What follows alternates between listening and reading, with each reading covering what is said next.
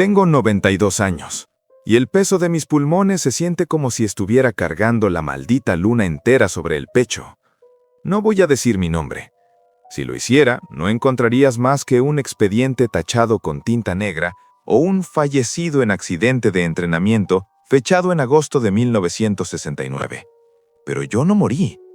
Yo dejé que otros murieran mientras yo me tragaba la verdad para salvar una bandera que, desde aquel día, solo me parece un trapo sucio. Dicen que Neil fue el primero. Mentira.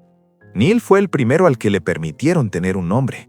Yo fui el primero que sintió el polvo lunar bajo las botas y también el primero que sintió el sabor metálico del pánico absoluto en un entorno donde no debería haber sonido, pero donde los gritos rebotan en el casco hasta volverte loco. Lanzamos el 13 de julio. Apolo 10.5. Un nombre técnico para una misión suicida diseñada por hombres que preferían un funeral secreto a un fracaso público. El orgullo nacional es una enfermedad, ¿sabes? En los años 60, preferíamos enviar a 3 hombres a un matadero oscuro que arriesgarnos a que un niño en Ohio viera una explosión en su televisor de tubo. Si volvíamos, éramos héroes a puerta cerrada. Si no, simplemente nunca habíamos existido. El módulo de aterrizaje tocó la superficie el 15 de julio, cerca del Mar de la Tranquilidad. Recuerdo la vibración del motor de descenso, un zumbido que se filtraba por las plantas de mis pies. «Un aterrizaje perfecto», dijo Miller. Dios, Miller. Él estaba tan feliz, se reía mientras ajustaba su visor. No sabía que el lugar que habíamos elegido no era solo un sitio de interés geológico, era un nido. Nosotros llevábamos el LRV, el primer buggy. Era una pieza de ingeniería hermosa y frágil. 3 de nosotros bajamos, rompiendo todos los protocolos posteriores. Queríamos abarcarlo todo. Queríamos ser dioses en un mundo de ceniza gris. No sabíamos que en la luna el silencio no es ausencia de ruido, es una advertencia. Miller y yo nos alejamos del módulo en el buggy. El sol lunar es una aguja blanca que te quema la retina si te descuidas. Pero las sombras son pozos de tinta donde la física parece detenerse. Nos detuvimos en el borde de un cráter que no aparecía con nitidez en las fotos de reconocimiento del Apolo 8. Había una abertura, una cueva. «Mira esa formación, es basalto puro», dijo Miller por el comunicador. Su voz sonaba estática, humana, cálida. La última voz humana que escucharía con esperanza. Entramos con el buggy. La temperatura cayó en picado. Mis instrumentos empezaron a dar lecturas erráticas, pero yo, en mi soberbia de héroe del sistema, ignoré las oscilaciones de la aguja. Pensé que era interferencia del regolito. Estábamos recolectando muestras, golpeando la roca con martillos geológicos. El sonido se transmitía por nuestros guantes, una vibración seca. Tac, tac, tac. Y entonces, el ritmo cambió. Tac, tac. Shhh. Algo se movió en la periferia de mi lámpara. No era una sombra proyectada, era algo sólido, algo que desplazaba la oscuridad. Tenía el color de un cadáver sumergido, un verde oliva que absorbía la luz en lugar de reflejarla. Medía 1,5 metros, tal vez un poco más por la forma en que se encorvaba. No tenía traje, no tenía mochila de soporte vital. Sus pies eran anchos, planos, como manos de anfibio diseñadas para adherirse a una superficie sin atmósfera. Lo que más recuerdo no es su altura, sino sus ojos. Eran 2 esferas de color rojo ladrillo, profundas, sin pupila visible, que parpadeaban con una lentitud que me heló la sangre. Y su boca, cuando la abrió vi hileras de dientes planos, enormes, como los de un animal de carga terrestre, pero diseñados para triturar algo mucho más duro que la hierba. Se lanzó sobre Miller antes de que yo pudiera procesar que no estaba solo. No fue un ataque de un animal salvaje, fue metódico. Lo derribó con una fuerza que no correspondía a su tamaño. Miller gritó. Su grito llenó mi casco, un sonido agudo que se cortó en seco cuando la criatura levantó una piedra y con una precisión quirúrgica golpeó el cristal de su casco. Vi el estallido. Una nube de cristales y oxígeno congelado se expandió en el vacío como un halo de muerte blanca. Miller no murió por el golpe. Murió porque la luna entró en sus pulmones. Vi sus ojos abrirse de par en par. Vi cómo sus labios se azulaban en un segundo mientras intentaban agarrar un aire que ya no existía.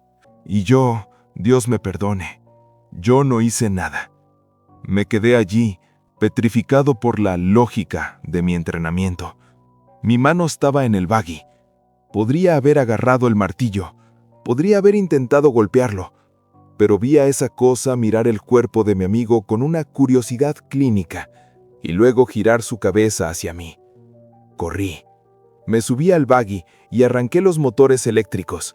Escuché un impacto en la parte trasera. Esa cosa había saltado sobre el vehículo conmigo.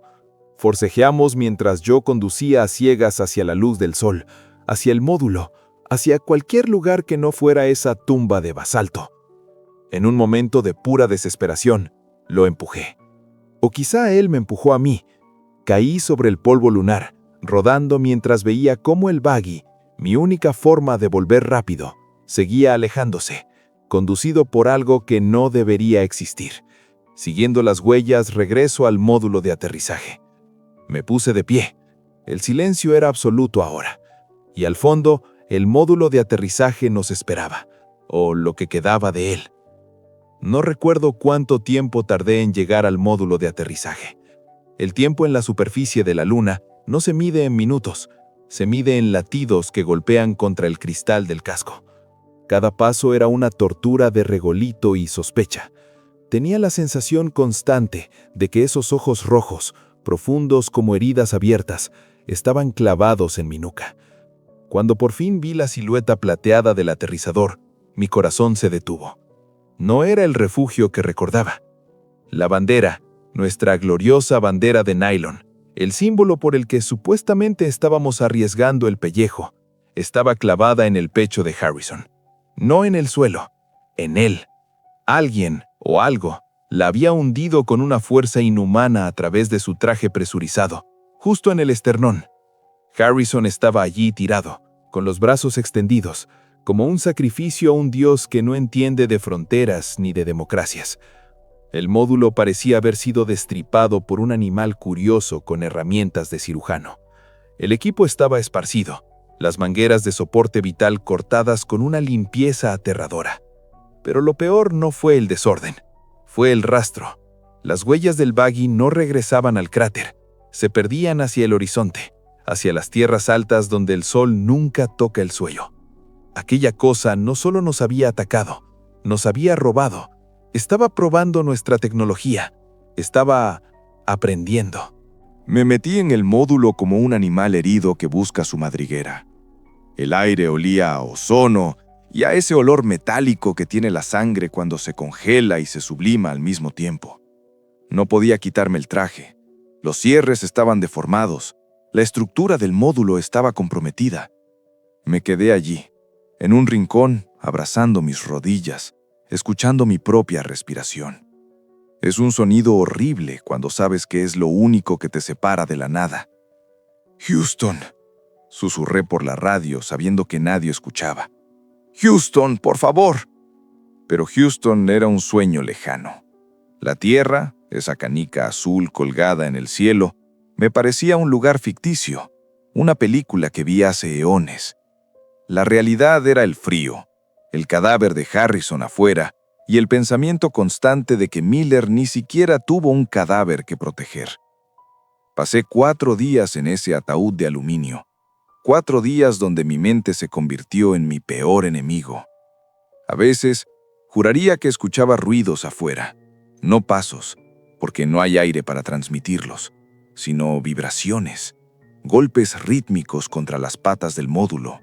Toc, toc, toc, como si estuvieran analizando el espesor del metal, como si estuvieran esperando a que la fruta terminara de madurar para pelarla.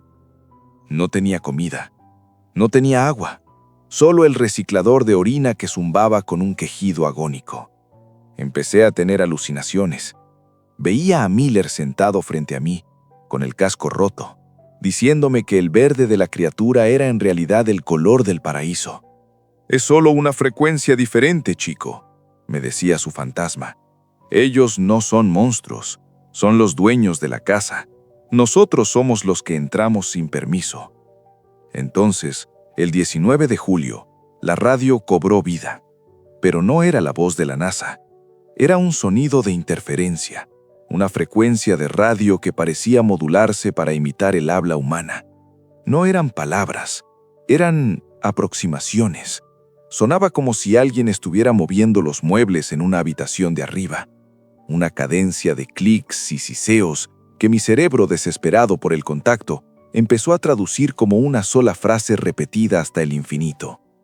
No perteneces aquí, pero te quedas en nosotros. Me tapé los oídos hasta que mis manos sangraron dentro de los guantes. El 20 de julio, el Apolo 11 inició su descenso. Vi su luz bajar del cielo como un ángel de rescate, pero no sentí alivio, sentí miedo. Miedo de que ellos también trajeran sus martillos geológicos. Miedo de que no estuvieran solos. Cuando Neil y Buzz me encontraron, yo era un despojo humano. No podía hablar. Solo señalaba hacia el horizonte, hacia donde el buggy se había perdido. Ellos me subieron al módulo, me dieron oxígeno puro y me miraron con una mezcla de lástima y horror que nunca olvidaré. Me hicieron jurar. Antes de que mis pies tocaran el suelo de la tierra, hombres con trajes oscuros y ojos de hielo me sentaron en una habitación sin ventanas. Me dijeron que, si decía una palabra, mi familia desaparecería de los registros tanto como yo. Me dijeron que la humanidad no estaba lista para saber que la luna no es una roca muerta, sino una frontera custodiada por algo que nos desprecia. Y yo acepté. Acepté el silencio. Acepté la medalla invisible. Acepté dejar que Miller y Harrison fueran borrados de la existencia para que los niños en casa pudieran seguir creyendo que el espacio es una aventura romántica. Pero a veces, en el silencio de mi habitación en el asilo, escucho el clic y sé que ellos siguen allí, y sé que tarde o temprano vendrán a reclamar el buggy que les prestamos y al conductor que dejaron escapar. Transmisión recibida. Has llegado al final de esta frecuencia, pero la señal de radio Sci-Fi 88.7 nunca se detiene. ¿Te atreves a sintonizar más historias? Suscríbete para no perderte la próxima transmisión de horror cósmico.